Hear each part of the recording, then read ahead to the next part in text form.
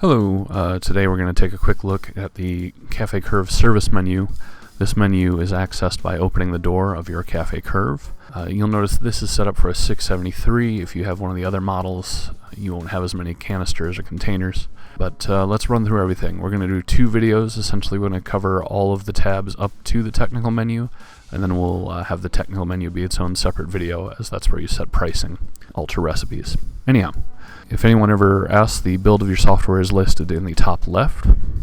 And then here's the daily action screen, which is what is defaulted to when you open the door. For all intents and purposes, this is all that's going to be needed for your route driver.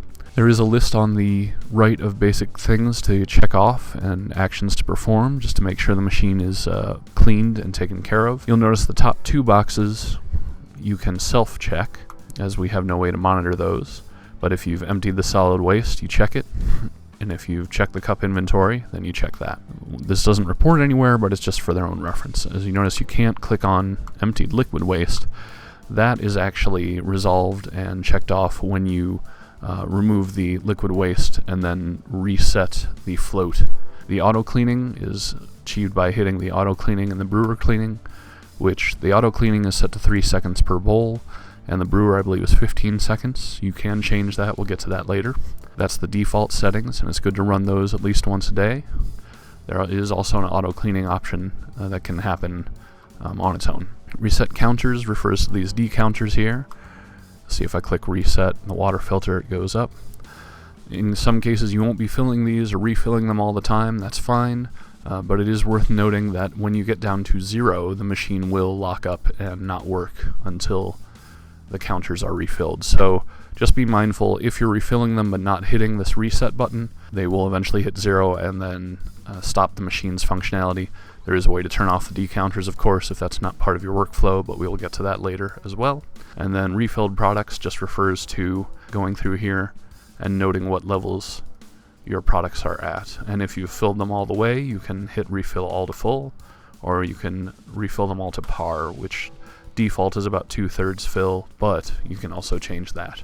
You'll see the canisters labeled, chocolate, caramel, French vanilla, milk, sugar, hazelnut, decaffeinated, and then a dark roast and a medium roast for the biggest canister to the right. Just a quick note, this is the default setting. If you don't say anything to your salesperson about how you want your canisters set up, this is the way it will show up.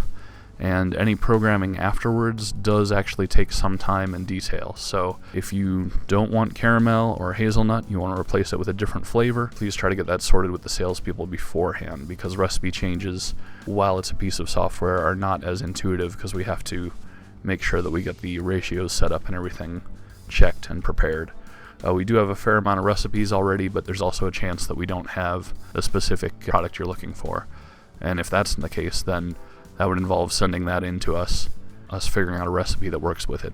Anyhow, that's all that warning. Primarily, you'll run through these daily actions, close up the door, and be on your way. But let's move through the rest of the tabs here. If something is going on diagnostically, this will display the last 10 UCB events. Primarily, you'll see door open, door closed, but you might see another event, exact change, or something like that, that gives you an indication as to what might be going on if the Cafe Curve is acting up. Sales data is going to list your total vends, your sales, discounts, free vends, and so on. You should be able to pull the data in a DEX format as well, but you also have this screen display. Eventually, all these sales and vends will be ported into our VE portal, and you'll have an account and be able to access them that way too. Product manual is just a tab that features all the product manuals. I believe in the newest version of the software, anything that's out there right now, if you click on them, half of them won't open, because the file paths are corrupted. It was a software glitch on the latest version. They are working to correct that. If you ever want the manuals, they're available at our website at veii.com. Technical support, we can always send them your way too. If you have the version of software that doesn't load them, our apologies, but they should be fixed in the next update. Service menu is pretty expansive. I'll try to run through this really quick, but here's where you'll see your tank temperature. Since this is a simulation on a Windows PC right now, you're not going to see any temperature because this isn't a real machine, but the tank temperature will be listed here. If the tank temperature isn't close, I believe within 5 to 10 degrees, and you go to the UI screen, you may see a code error T, which is just a code for the water is not up to temperature yet. Once it's up to temperature, that will go away. This screen here, this cleaning routine, you can press each one of these blue buttons different places to test whipper motors, test hoses, test brewer cycle, test cup drop, anything you want to test. So that can help you with diagnosing what could be wrong. You can also run the auto cleaning and brewer cleaning from here. Test selections allows you to hit any of these, and it's not going to do anything for me here, but it will allow you to brew any selection you choose. So you can also do it with or without a cup, and pick the cup size based on what you have set in your machine. But if you want to test a selection, if someone's saying this or that is not coming out well, you can test that specific selection. Test switches and sensors just shows you a list of what sensors are active and inactive. Doesn't necessarily mean anything is broken, but it can help diagnose certain things. If the mug sensor appears to be inactive, that would mean when someone puts a mug in there that most likely a cup would drop regardless. So there could be an issue with the mug sensor, so on and so forth. Door switch. A temperature sensor is going to tell you what it's reading the temperature at. So this can help you in diagnosing various issues if they arise. Enable selections allows you to go in here and take a look at all your recipes, and you can disable them. Anything in red is disabled. If I click back, it is enabled. Currently I have disabled decaf coffee freshly brewed. Disable the latte or enable it, whatever you want. Just know that when you disable them, they don't remove from the screen, but they are X'd out and a box says not available over them. So graphically they still show on the main UI, but they are listed as not available. Cup sizes, you have the choice of 2 cup sizes depending on your turrets. The 673s definitely have the double turrets. You can have both the same size, or you can have multiple sizes, 8 to 20 ounce. And you can adjust your water level of each cup, up or down, based on what you need. The recipes will adjust automatically.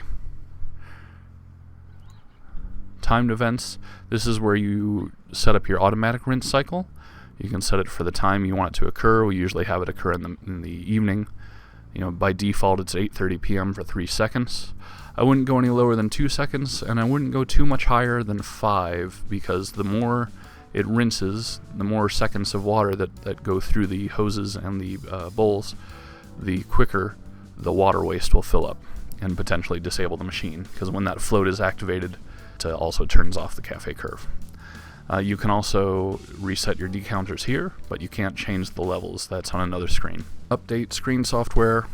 Should we need to do an update and we can't remote into the kiosk because the internet connection is poor, you may be emailed some files to put on a USB drive, or we may just mail you a USB drive, and you would go to this screen and insert the USB drive, and the update would be performed automatically. Here you can set the location where the machine is at if you wish.